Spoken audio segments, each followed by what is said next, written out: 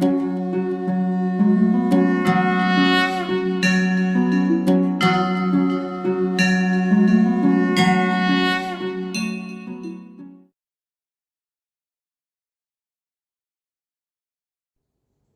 Morning विद्यार्थी मित्रों। हवे चैप्टर 8 આપણું સંપૂર્ણપણે પૂર્ણ થઈ ગયું છે। એમસીક્યુ પણ આપણે બધા જ પૂર્ણ કરી દીધા। હવેથી આપણે ચેપ્ટર નંબર 10 બરાબર પ્રકરણ 10 કોષ ચક્ર અને કોષ વિભાજન ઉપર ચર્ચા કરીશું। નવમું ચેપ્ટર હમણાં એટલા માટે સાઈડમાં કર્યું છે કે કોષ ચેપ્ટર આપણું ચાલતું જ હતું તેને લગતું જ એક ચેપ્ટર છે बराबर। तो वारंवार बोलतो कि भाई अपनी जीवन की शुरुआत एक ज कोष थी थाय जेने આપણે યુગ્મનજ કહીએ છીએ, ફલિતાંડ કહીએ છીએ। અને એ એક કોષથી લઈને આજે આપણે એક કોષથી શરૂઆત કરી અને કેટલા તો કે 100 ટ્રિલિયન જેને ગાણિતિક ભાષામાં 10 ની 14 ઘાત બરાબર એટલા બધા કોષો આપણી અંદર પુખ્ત અવસ્થા સુધીમાં ડેવલપ થઈ ગયા છે બરાબર। તો એ કઈ ક્રિયા દ્વારા છે મિત્રો? તો કે કોષ વિભાજનની ક્રિયા છે बराबर। અને એ કોષ વિભાજન જે આખું એક જે પ્રોસેસ કહેવાય, એક સાયકલ કહેવાય, એટલે એને સેલ સાયકલ કે કોષ ચક્ર તરીકે ઓળખવામાં આવે છે।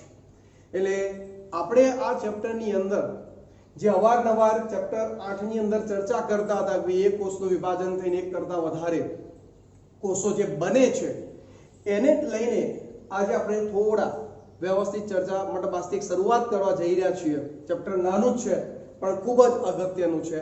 એમસીક્યુ પૂછાય તો 100% આપણા માર્ક્સ કવર થઈ જાય એવું છે બરાબર।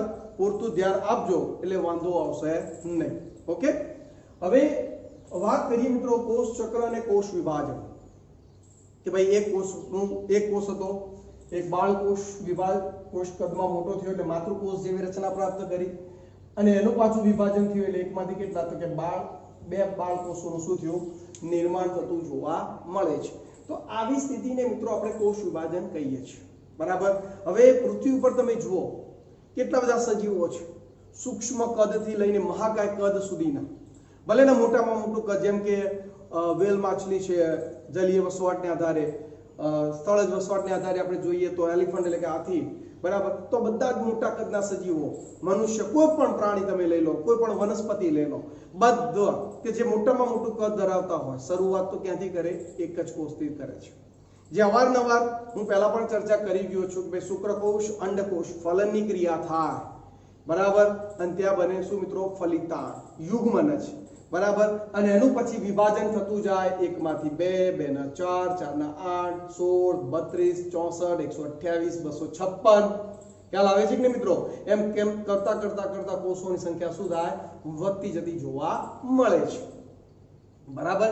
તો આપણે આજે આ ચેપ્ટરની અંદર મતલબ કે એવા ટોપિકો અભ્યાસ કરવાના છીએ કે ભાઈ કોષ વિભાજન શા માટે થાય છે પ્લસ કોષ વિભાજનની જે ક્રિયા જે ખરી એમાં કેવા ઘટનાક્રમ બનતા હોય છે બરાબર। તો એ બધા જ ટોપિકને આપણે આ ચેપ્ટરની અંદર અભ્યાસ કરવાના છીએ। આપણે આગળ પણ વાત કરી ગયા મિત્રો કે આપણા દરેક કોષની અંદર જનીનદ્રવ્ય કેવું છે મિત્રો? એક સરખું છે, એક સમાન છે। હું તમને વારંવાર કહેતો કે આપણો હેર બલ્બ મતલબ કે વાળનો પાયાનો ભાગ કે પછી આપણા પગના તળિયા કે કોઈ પણ શરીરનો કોષ બધાની અંદર તમને જનીનદ્રવ્ય, ડીએનએ, રંગસૂત્ર બધું જ કેવું મળે? એક સરખું પ્રાપ્ત થાય છે। તો એનું રીઝન છે મિત્રો સમવિભાજનની ક્રિયા બરાબર। તો એવી સમવિભાજનની ક્રિયા, એવી અર્ધીકરણ, જે પ્રજનન કોષો બને બરાબર। તો એ બધા ટોપિકનો અભ્યાસ મિત્રો આ ચેપ્ટર સાથે શું છે? જોડાયેલો છે બરાબર। અને જેનો આપણે વ્યવસ્થિત શું કરવો છે? અભ્યાસ કરવો છે। ઓકે, તો આજે એક પ્રસ્તાવના અને નવા એક અલગ કોન્સેપ્ટ ઉપર પણ ચર્ચા કરવી છે બરાબર કે જેનો એનસીઈઆરટી માં ઉલ્લેખ નથી। ઓકે, તો શું કહે છે? જો વાક્ય રચના પહેલા એનસીઈઆરટી માં ભાઈ શું તમે જાણો છો કે ભાઈ બધા જ સજીવો પછી સૌથી મોટા કેમ ન હોય? તેઓની જીવનની શરૂઆત એક જ કોષથી થાય છે બરાબર કે નહીં? મોટામાં મોટું કદ હોય કોષની મતલબ જીવનની શરૂઆત તો એક જ કોષથી થાય છે જેને આપણે મિત્રો શું કહીએ છીએ? ફલિતાંડ અથવા તો બીજો શબ્દ શું હોય? યુગ્મનજ તરીકે આપણે એને ઓળખીએ છીએ બરાબર। આગળ તમને આશ્ચર્ય થશે કે એક કોષમાંથી આટલા મોટા સજીવનું નિર્માણ કેવી રીતે થાય છે? બરાબર, કેવી રીતે શક્ય છે કે એક કોષથી આટલા મોટા હાથીનું નિર્માણ થઈ ગયું, આટલા મોટા મનુષ્યના 6 ફૂટ હાઈટ ધરાવતા મનુષ્યનું નિર્માણ થઈ ગયું? બરાબર, તો એના માટે આ તો પ્રોસેસ છે, કોષ ચક્ર અને કોષ વિભાજન. ઓકે, જોઈએ. વૃદ્ધિ અને પ્રજનન બધા કોષોની લાક્ષણિકતા છે. વૃદ્ધિ અને પ્રજનન બધા કોષોની લાક્ષણિકતા છે. મિત્રો, વૃદ્ધિ એટલે કદમાં વધારો થવો. બરાબર, જેમ કે અહીંયા તમે જુઓ, આ એક નાનો બાળકોષ હતો તો એ કદમાં મોટો થયો, આ જો કદ મોટું થયું તો એની વૃદ્ધિ થઈ. બરાબર, અને એને બીજો શબ્દ શું વાપરે મિત્રો? પ્રજનન. એકચ્યુઅલી પ્રજનન એટલે શું કે ભાઈ દરેક સજીવ પોતાના જેવા નવા સજીવનું નિર્માણ કરવાની ક્રિયા, એટલે એને પ્રજનન કહેવાય. બરાબર, તો અહીંયા તમે જુઓ, આ એક માતૃકોષ હતો, એનું વિભાજન થઈને કેટલા 2 બાળકોષ બન્યા કે નહીં મિત્રો? બરાબર, તો એકમાંથી 2 થયા તો એ ક્રિયાને શું કહેવાય મિત્રો? પ્રજનન તરીકે ઓળખવામાં આવે છે. ખ્યાલ આવી ગયો? તો આ કોષ, આપણે જે કોષ વિભાજન કહીએ છીએ કે સેલ ડિવિઝન, એકમાંથી 2 બાળકોષ બન્યા તો એ કોષ માટે એ પ્રજનનની ક્રિયા થઈ. કારણ કે એના તો સંખ્યામાં શું થયો? વધારો થયો. બરાબર, તો દરેક કોષ વૃદ્ધિ અને પ્રજનન દર્શાવે છે. બરાબર, તો જુઓ, વૃદ્ધિ અને પ્રજનન બધા કોષોની શું છે? લાક્ષણિકતા છે. બરાબર કે નહીં? ઓકે, તથા બધા સજીવોની જરૂરિયાત પણ છે. બરાબર કે નહીં? આપણે આજે 100 ટ્રિલિયને પહોંચી ગયા છીએ. બરાબર, જો એ કોષ વિભાજન એટલે કે એ દરેક કોષ વૃદ્ધિ અને પ્રજનન ન કરતો હોત, કદમાં મોટો થઈને એકમાંથી 2 ન બનાવતો હોત, તો આજે આપણી અંદર 100 ટ્રિલિયન જેટલા કોષો હોતા નહીં. ખબર પડી? ઓકે, આગળ. બધા જ કોષો 2 કોષોના વિભાજન પામીને પ્રજનન કરે છે. બધા જ કોષો 2 કોષોના વિભાજન પામીને શું કરે? પ્રજનન કરે છે. આવી ગયું વાક્ય. દરેક માતૃકોષ પ્રત્યેક વિભાજન દરમિયાન 2 બાળકોષોનું શું કરે? નિર્માણ કરતો હોય છે. બરાબર, એટલે કે એક માતૃકોષ જે છે આપણો, બરાબર, કે જે વૃદ્ધિ પામીને કદ મોટું કરી લીધું, હવે એનું વિભાજન થયું એટલે પ્રજનન થયું, એકમાંથી કેટલા 2 બાળકોષ બન્યા. હવે આ બંને બાળકોષો ફરી પાછા વૃદ્ધિ પામશે એટલે કદમાં શું થશે મિત્રો? મોટા થશે. આ રીતે તો એ ક્રિયાને આપણે શું કહીશું? વૃદ્ધિ તરીકે ઓળખાવી દઈશું. બરાબર, હવે આ વૃદ્ધિ પામેલો દરેક બાળકોષ હવે માતૃકોષ જેવો થઈ ગયો. હવે ફરી પાછું એનું વિભાજન થઈને એકમાંથી કેટલા? ફરી પાછા 2 બાળકોષોનું આ બાજુ, આમાંથી બીજા 2 બાળકોષો, એટલે કુલ કેટલા? તો કે 4 બાળકોષોનું નિર્માણ થતું જોવા મળે છે. એટલે પ્રત્યેક એક માતૃકોષમાંથી કેટલા? 2. ચલો, ક્લિયર છે? ઓકે, તો આ રીતે બહુકોષી સજીવો પછી ધીરે ધીરે શું થાય? અસ્તિત્વમાં આવે. અને પેલો એક શબ્દ આપણે અવારનવાર ચર્ચા કરતા જ આવ્યા છે, કોષો ભેગા મળી પેશી બને, પેશી ભેગી મળી અંગ બને, જેના માટે શ્રમ વિભાજન શબ્દ વપરાય છે. કોષોના કાર્યોની વહેંચણીને શું કહેવાય મિત્રો? શ્રમ વિભાજન. બરાબર, કે જેમ કે કોષો ભેગા મળી પેશી બને, જેમ કે આપણો હૃદય સ્નાયુ પેશી, જે આપણા હૃદયના બંધારણમાં ભાગ લે એ હૃદય સ્નાયુ પેશી, તો એ અમુક કોષોનો સમૂહ ભેગા મળી હૃદય સ્નાયુ પેશી બનાવી દીધી. હવે એ કોષો બીજું કોઈ જ ના કાર્ય કરે, એ હૃદયના પંપિંગના કાર્ય સાથે સંકળાય. ખ્યાલ આવ્યો? તો એને શ્રમ વિભાજન કહેવાય. કોષોને કાર્યોની વહેંચણી કહેવાય છે. ચલો, ક્લિયર છે? ઓકે, તો એ વાત થઈ ગઈ. આગળ, આ નવા નિર્માણ પામેલા બાળકોષો આપમેળે વૃદ્ધિ અને વિભાજન પામે છે. બરાબર કે નહીં? આપમેળે જો વિભાજન પામેલા નવા બાળકોષો આપમેળે શું થશે? વૃદ્ધિ પામશે.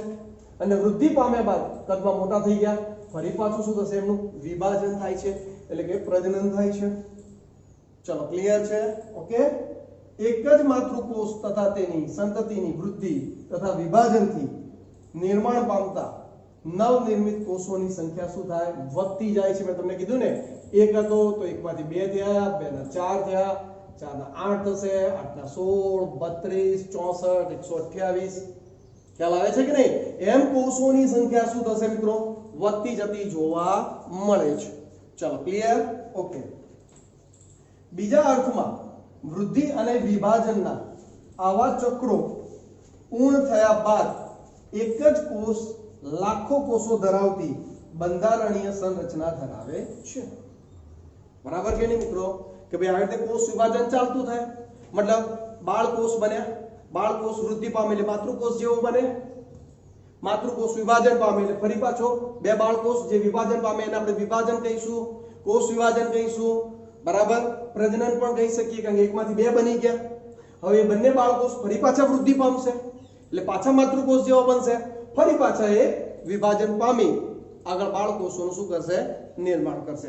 આ ચક્ર સતત ચાલ્યા કરશે, જેના કારણે કોષોની સંખ્યા લાખો કરોડો સુધી પહોંચી જાય છે, બરાબર ને? અને એમાંથી જ તો મિત્રો બહુકોષી સજીવો શું થાય? અસ્તિત્વમાં આવતા જોવા મળે છે. ચલો, ક્લિયર છે? ઓકે.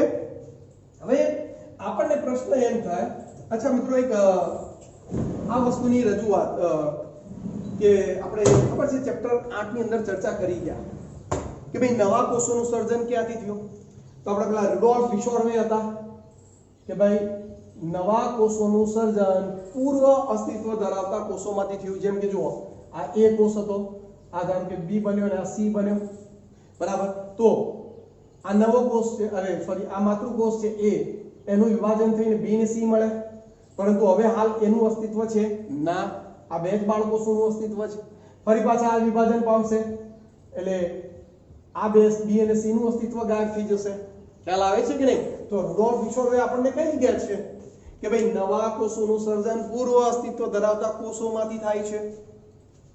ખ્યાલ આવે છે કે નહીં? બરાબર. પેલું હતું ને કે ઇંગ્લિશમાં વાક્ય પણ આપણે આપેલું, ઓમની સેલ્યુલા ઈ સેલ્યુલા, બરાબર? ઓકે. એક ઓર વૈજ્ઞાનિક છે મિત્રો સ્ટ્રાસબર્ગર, એને પણ યાદ રાખીશું આપણે કે ભાઈ નવું કોષ કેન્દ્ર પૂર્વ અસ્તિત્વ ધરાવતા કોષ કેન્દ્રમાંથી ઉત્પન્ન થાય છે. એમને કોષ કેન્દ્રની વાત કરી. દરેક કોષની અંદર શું આવેલું હોય? કોષ કેન્દ્ર. તો વિભાજન થાય તો સીધી વસ્તુ છે, અહીંયા પણ બે કોષ કેન્દ્રો બનવાના. તો નવા કોષ કેન્દ્ર એ પણ પૂર્વ અસ્તિત્વ ધરાવતા કોષ કેન્દ્રમાંથી જ બને. તો કોષની વાત રુડોલ્ફ વિશોર્વે કરી હતી, કોષ કેન્દ્રની વાત સ્ટ્રાસબર્ગરે કરી છે. ખ્યાલ આવે છે કે નહીં? તો એ બે વૈજ્ઞાનિકને પણ આપણે યાદ કરી શકીએ. આ તો આપણે જાણતા જ હતા. આ એક નવો પોઈન્ટ આપણને પ્રાપ્ત થયો, આપણું નોલેજ ત્યાં વધે છે. ચલો, ક્લિયર છે? ઓકે. હવે મિત્રો, કોષ વિભાજન થાય છે, શા માટે થાય છે? એકમાંથી બે થયા, બે ના ચાર થયા, રીઝન શું? તમે આ વિચારવા જેવો પોઈન્ટ છે. ક્યારે કોષ પોતાની સંખ્યા વધારે?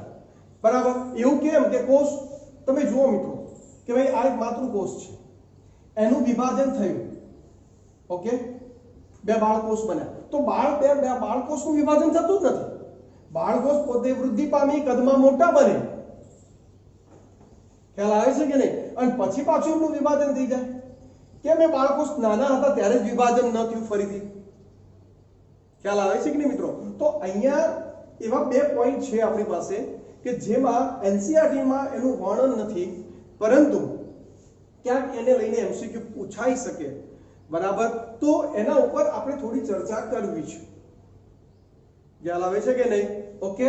તો એમાં મિત્રો પહેલો પોઈન્ટ છે કેરિયોપ્લાઝમિક ઇન્ડેક્સ, બરાબર? કેરિયોપ્લાઝમિક ઇન્ડેક્સ તરીકે એને ઓળખવામાં આવે, શોર્ટમાં એને આપણે KI તરીકે ઓળખીએ છીએ, બરાબર?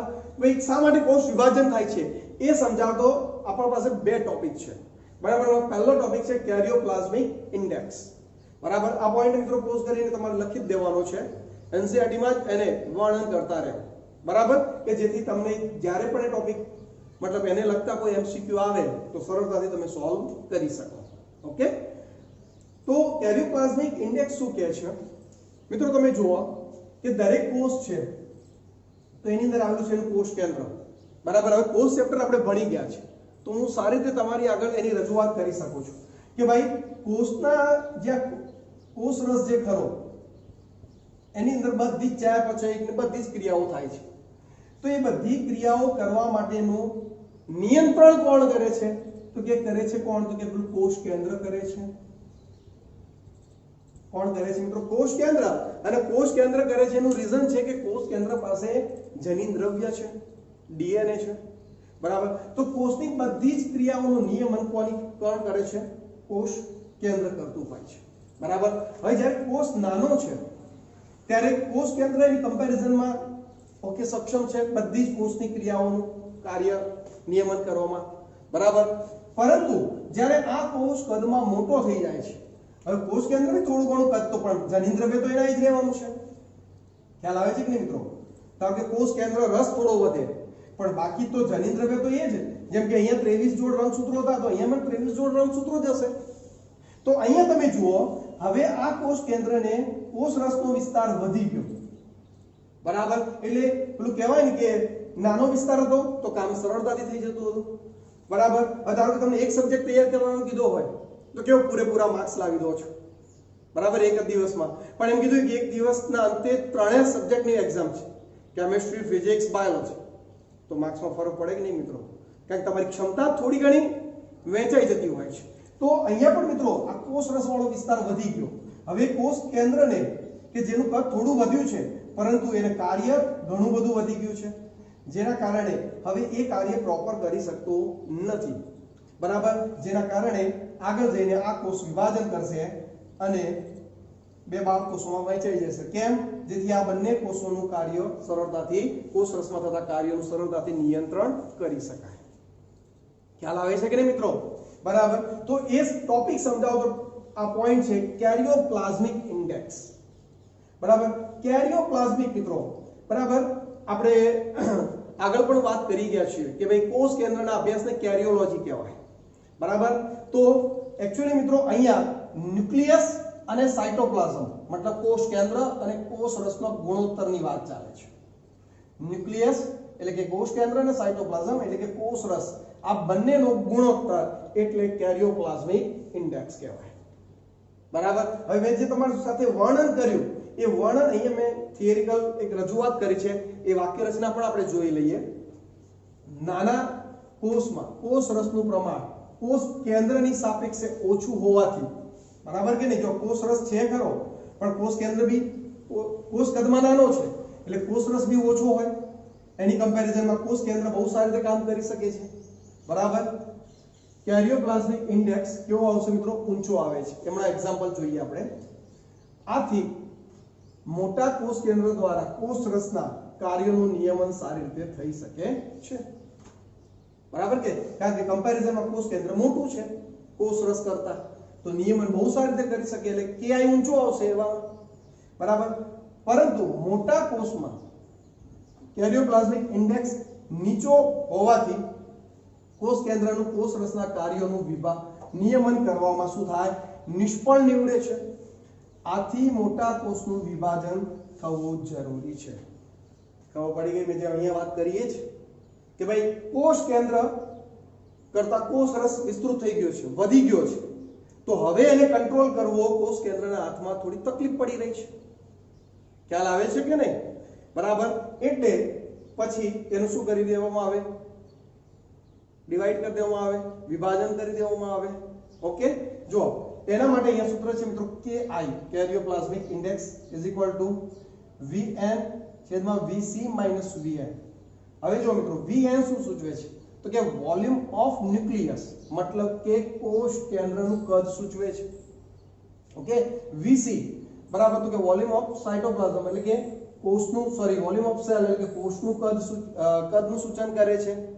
બરાબર કે નહીં? અને Vc માઈનસ Vn, હવે તમે વિચારો કે સમજી લો કે આ એક કોષ છે મિત્રો, આ એક કોષ છે અને આ એનું કોષ કેન્દ્ર છે. ચલો આ કોષ કેન્દ્ર એટલે Vn થઈ ગયું અને કોષનું આખું કદ એટલે Vc થઈ ગયું. બરાબર, હવે આપણે તો કોષ રસ અને કોષ કેન્દ્રના ગુણોત્તરની વાત કરીએ છીએ, કોષ રસ જોઈએ છે, તો કે Vc માંથી Vn ને બાદ કરો તો કોષ કેન્દ્ર નીકળી જશે, કોષમાંથી તો શું વધ્યું? એનો કોષ રસ વધ્યો. ખ્યાલ આવે છે કે નહીં? એટલે Vc માઈનસ Vn એટલે કોષ રસનું કદ. બરાબર, તો કે KI is equal to Vn છેદમાં Vc માઈનસ Vn, મતલબ કે આ શું થયું? ઉપર કોષ કેન્દ્રનું કદ થયું, તો નીચે શું થયું મિત્રો? કોષ રસનું કદ થયું. ખબર પડી ગઈ? ચલો ક્લિયર છે? તો આ સૂત્રને આધારે આપણે KI શોધી શકીએ છીએ. બરાબર, અને એક વસ્તુ ખાસ યાદ રાખો, KI વધુ કોષ વિભાજન થતું નથી, પણ જેવો KI ઘટવા લાગે બરાબર ત્યારે કોષ વિભાજન થતું એટલે કે શરૂ થતું જોવા મળે છે. એનું એક એક્ઝામ્પલ મિત્રો ખાલી સમજવા માટે મેં લીધું છે, ધ્યાન આપજો. અહીંયા એક બે કોષ આપેલા છે, A છે અને B છે.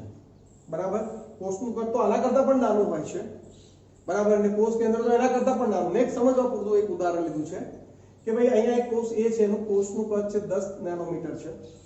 બરાબર, અને કોષ કેન્દ્રનું કદ છે ધારો કે 1 નેનોમીટર. બરાબર. તો અહીંયા KI શું મળે તો કે Vn શું છે તો કે 1 નેનોમીટર બરાબર. Vc આપણને એટલે કે Vc કેટલું છે તો કે 10 નેનોમીટર અને Vn -1 એટલે 1/9 આવશે બરાબર. તો આ શું સૂચન કરે છે કે ભાઈ આ ઉપરનું કોષ કેન્દ્રનું કદ છે, નીચે કોષ રસનું કદ થયું. તો ત્યાં આપણને એનો ગુણોત્તર કેટલો મળ્યો તો કે 0.111 પ્રાપ્ત થાય છે બરાબર. હવે એ જ વસ્તુ અહીંયા એક બીજો કોષ B લીધેલો છે. અહીંયા કોષનું કદ તમે જુઓ કેટલું અનેક ગણું મોટું થઈ ગયું 100 નેનોમીટર છે બરાબર. કોષ કેન્દ્ર પણ થોડું મોટું છે, કોષ કેન્દ્રનું કદ છે 4 નેનોમીટર બરાબર. તો KI Vn કેટલો તો કે 4, Vc એટલે કે 100 - 4 થશે એટલે આપણને કેટલો તો કે 4/96 પ્રાપ્ત થયો બરાબર. આ કોષ કેન્દ્રનું કદ છે, આ કોષ રસનું કદ છે. તો ત્યાં આપણને KI કેટલો પ્રાપ્ત થાય છે મિત્રો તમે જુઓ 0.0416 પ્રાપ્ત થાય છે. ખ્યાલ આવે છે કે નહીં? એટલે તમે સમજો આ નાનો કોષ હતો તો એનો કેરિયોપ્લાઝમિક ઇન્ડેક્સ 0.111 છે, આ મોટો છે ગુણોત્તર. જ્યારે અહીંયા તમે જુઓ મોટો કોષ છે તો એનો ગુણોત્તર નાનો થઈ ગયો, KI ઘટી ગયો. અને જેવો KI ઘટે એટલે કોષનું શું થાય સેલ ડિવિઝન થાય, મતલબ કોષ એકમાંથી શું થઈ જાય 2 થઈ જતા જોવા મળે છે. કારણ કે કોષ રસના કાર્યનું નિયમન કરવામાં એને તકલીફ પડે એટલા માટે વિભાજન પામે છે. ચાલો ક્લિયર છે, ખબર પડી? તો એટલું યાદ રાખજો મિત્રો ખાસ, KI ઘટે શું મિત્રો KI વધુ તો કોષ વિભાજન થતો નથી. એટલે નાના કોષનો KI હંમેશા કેવો હોય વધુ જ આવે. જ્યારે મોટા કોષનો KI ઘટવા લાગે બરાબર તો KI ઘટે તો કોષ વિભાજન શું થાય શરૂ થતું જોવા મળે છે અને આ એનું સૂત્ર છે. ચાલો ક્લિયર છે મિત્રો? મોટા ભાગે રેફરન્સ બુકોમાં આની ચર્ચા થતી હોય છે બરાબર. પરંતુ સાથે સાથે મેં એક બીજો પોઈન્ટ પણ લીધેલો છે કે ભાઈ સરફેસ વોલ્યુમ રેશિયો બરાબર, પૃષ્ઠ કદ ગુણોત્તર બરાબર, કે જે સપાટીએ વિસ્તાર જે ખરો ક્ષેત્રફળીય અને અંદરનું જે કદ કહેવાય એનો ગુણોત્તર પણ કોષ વિભાજનની ક્રિયાને શું કરે પ્રેરે છે બરાબર. સમજવાની વાત છે મિત્રો કે ભાઈ આ મુખ્ય પોઈન્ટ છે કેરિયોપ્લાઝમિક ઇન્ડેક્સ, આને પણ યાદ રાખી શકો છો બરાબર. બાકી મોટા ભાગે કેરિયોપ્લાઝમિક ઇન્ડેક્સને લઈને જ MCQ પૂછાતા હોય છે બરાબર. હવે અહીંયા તમે ધ્યાન આપો મિત્રો, ભાઈ આ એક કોષ છે, હવે કોષ એની જરૂરિયાત બધી ક્યાંથી પ્રાપ્ત કરે? બહારના માધ્યમમાંથી શોષણ કરે બરાબર. બહારના માધ્યમમાંથી સરફેસ દ્વારા એ પ્રાપ્ત કરતો એટલે કોષ સપાટી જે ખરી બરાબર, ફરતે જે વિસ્તાર જે ક્ષેત્રફળીય સપાટી ખરી ત્યાંથી એ શોષણ કરે. એટલે શરૂઆતમાં એની ક્ષેત્રફળ સપાટી વધારે હોય છે કોના કરતા? એના કદ કરતા, કારણ કદ અંદર નાનું છે બરાબર. પરંતુ જેમ કોષ કદમાં મોટો થતો જશે એટલે ક્ષેત્રફળ સપાટી કરતા એનું કદ મોટું થતું જાય છે બરાબર. એટલે એનું જે શોષવાની ક્ષમતા છે, અંદર ઘટકો પ્રાપ્ત કરવાની ક્ષમતા છે ઘટતી જાય છે, જેના કારણે કોષને બધા કાર્યો કરવામાં શું થાય તકલીફ પડે. એટલે ફરી પાછું વિભાજન થઈને શું કરે બે નાના બાળકોષોમાં શું થાય વહેંચાઈ જાય છે. તો એક પોઈન્ટ અહીંયા પણ આપણને આપેલો છે, ખ્યાલ આવે છે કે નહીં? જો શું કહે છે, કોષ વિભાજનની શરૂઆત કરવા માટે કોષોને પૃષ્ઠ કદ ગુણોત્તર અગત્યનો ભાગ ભજવે છે. કોષ તેની જાળવણી અને વૃદ્ધિ માટે જરૂરી બધા જ દ્રવ્યોનું તેની સપાટી દ્વારા શું કરે શોષણ કરે છે સપાટી દ્વારા બરાબર. જ્યારે કોષ કદમાં વૃદ્ધિ પામે છે ત્યારે તેની સપાટી કરતા તેના કદમાં શું થઈ ગયો વધારો થઈ ગયો છે. અને સપાટી વિસ્તાર નાનો થઈ ગયો, કદ મોટું થઈ ગયું. હવે જોવે એવું એ શોષણ કરી શકતો નથી બરાબર કે નહીં? આથી કોષ એવા તબક્કામાં પહોંચશે કે જેમાં સપાટીનો વિસ્તાર દ્રવ્યોના શોષણ માટે અપૂરતો બનશે. ખ્યાલ આવે છે કે નહીં?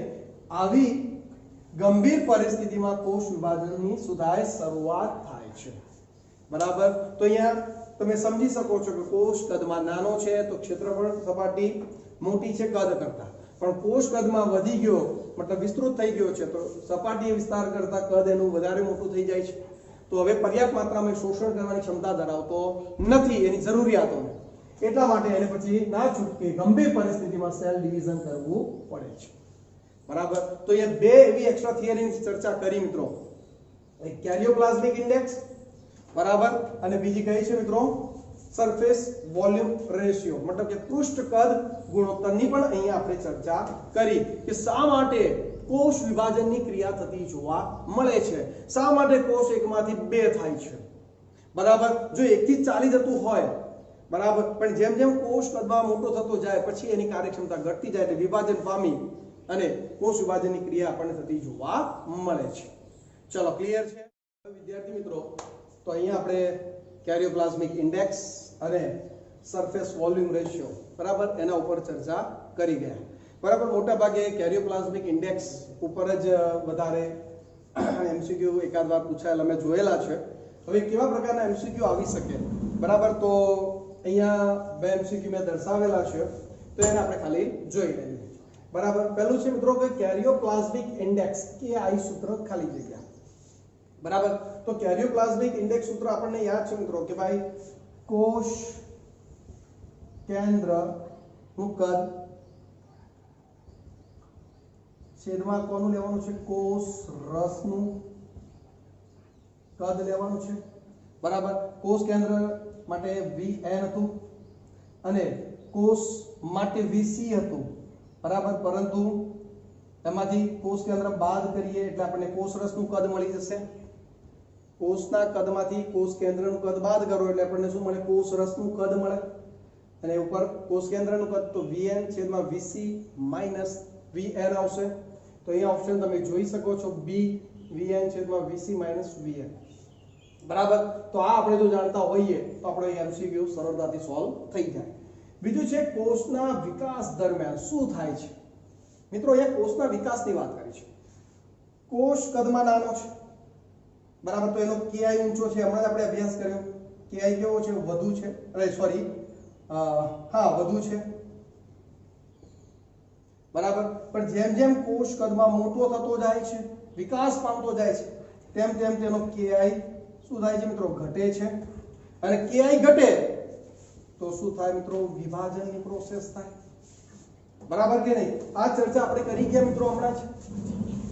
અહીંયા જુઓ કે ભાઈ એ કોષ હતો તો એનો 0.111 છે, જે કોષ કદમાં નાનો હતો ના કોષ કદમાં મોટો છે B, તો એનો કેરિયોપ્લાઝમિક ઇન્ડેક્સ તમે જુઓ 0.0416 છે. બરાબર, એટલે આ વધુ છે, આ ઓછો છે. તો મોટા કોષનું હવે કદ એને કામ કરવું કોષ કેન્દ્રને તકલીફ પડે છે તો એનું શું થઈ જાય? વિભાજન થતું હોય છે. બરાબર કે નહીં? તો અહીંયા પણ એ જ વસ્તુ કે કોષના વિકાસ દરમિયાન કોષનો વિકાસ થઈ રહ્યો છે, કોષ વૃદ્ધિ પામી રહ્યો છે, મોટો થઈ રહ્યો છે, તો KI ઘટે, KI વધે, KI વધઘટ થયા કરે કે ભાઈ KI અચળ રહે છે. બરાબર, હવે જો કોષ વૃદ્ધિ પામી રહ્યો છે, વિકાસ પામી રહ્યો છે બરાબર, એનો મતલબ એનો જે કોષ કેન્દ્ર અને કોષ રસનો જે ગુણોત્તર છે એ ઘટી રહ્યો છે. બરાબર ને? જ્યારે કોષ કદમાં નાનો હોય તો એ વખતે KI કેવો હોય? વધુ હોય છે. બરાબર કે નહીં? વધઘટની તો કોઈ વાત જ નથી. તો સીધી વસ્તુ છે KI કોષ કદમાં મોટો થઈ રહ્યો છે તો KI ઘટી રહ્યો છે. વધવાની તો વાત જ નથી. વધે કોનો? જ્યારે કોષ કદમાં નાનો હોય ત્યારે. હવે આ માતૃકોષ વિભાજન પામી બે બાળકોષ બને તો અહીંયા KI વધી જશે પાછો. KI વધે કેમ કે કોષ કેન્દ્ર મોટું છે કોષ રસની કમ્પેરિઝનમાં. ખબર પડે કે નહીં? ઓકે, તો આપણો આન્સર આ ટાઈપનો એમસીક્યુ આવે કે કોષના વિકાસ દરમિયાન શું થાય છે? તો કે KI ઘટે છે. બરાબર, ચલો ક્લિયર છે? રેડી? તો આ રીતે મિત્રો કોષ શા માટે વિભાજન પામે છે બરાબર, તો એને લગતા એમસીક્યુ આ રીતે આપણે ચર્ચા કરી શકીએ છીએ. ચલો ક્લિયર છે? તો મિત્રો આજે તો ફક્ત ને ફક્ત મેં ચેપ્ટર 10 ની એમ જ કહેવાય કે જસ્ટ આપણે એમ કહી શકીએ કે પ્રસ્તાવનાની જે રજૂઆત કરી, પણ એ પ્રસ્તાવનાની અંદર મિત્રો મેં તમને બે એક્સ્ટ્રા થિયરી પણ આપી દીધી. બરાબર, જો એ ક્લિયર કરી નાખશો તો આખો એક ટોપિક તમારો સરસ મજાનો બની જશે. ઓકે, આશા રાખું કે દરેક વિદ્યાર્થીઓને આજનો આ ટોપિક ક્લિયર થઈ ગયો.